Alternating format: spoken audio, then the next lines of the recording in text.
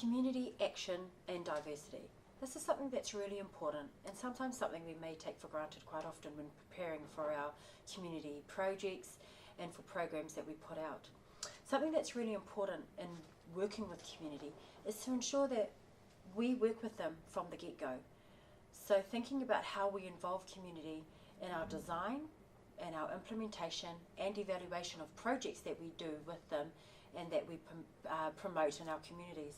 So that's really important that we use proper frameworks in terms of engaging with community and with diverse groups. So a book that's really helpful is our Kākano Public Health Workbook. The e-book is available on our website, He Taumata.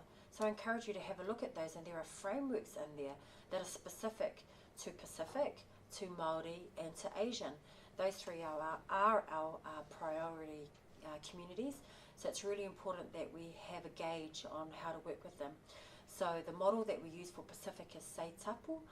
The model for Asian whānau is the cherry tree, and the cultural framework we use for Māori is the takaranga competency framework.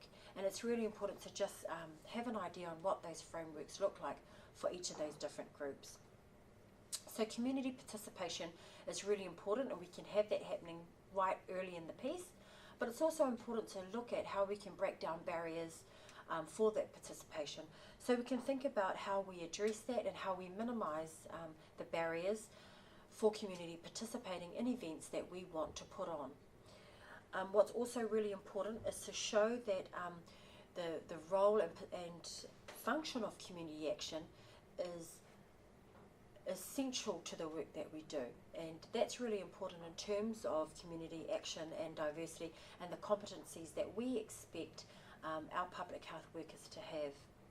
The other thing is to think about how we document the range of projects that we've done in the community so that we can think about how we continue to improve it, or when it's been successful, we have that in a manual format almost to share with others and to let others have access to that information.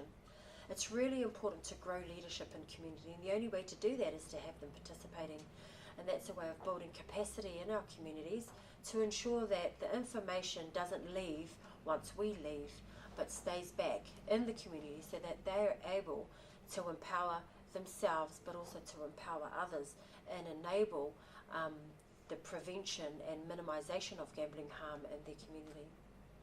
And lastly, what's really important to do is to continually and regularly review best practice in working with communities and look at what other people are doing and think about how we can continually improve what we do, and to make sure that we write those things up in terms of engagement models and working with community. So it's really important to ensure that when working with community, we definitely think about the diversity that's in there, and think about what frameworks we can use to pin our community action on. And once you've done that, if you've come up with anything exciting or you think is newsworthy, please let us know. We'd love to showcase it on the National Coordination Services newsletter, and also if you need any support and help in it, please contact myself here at Kākano. We look forward to working with you in the community space. Thank you.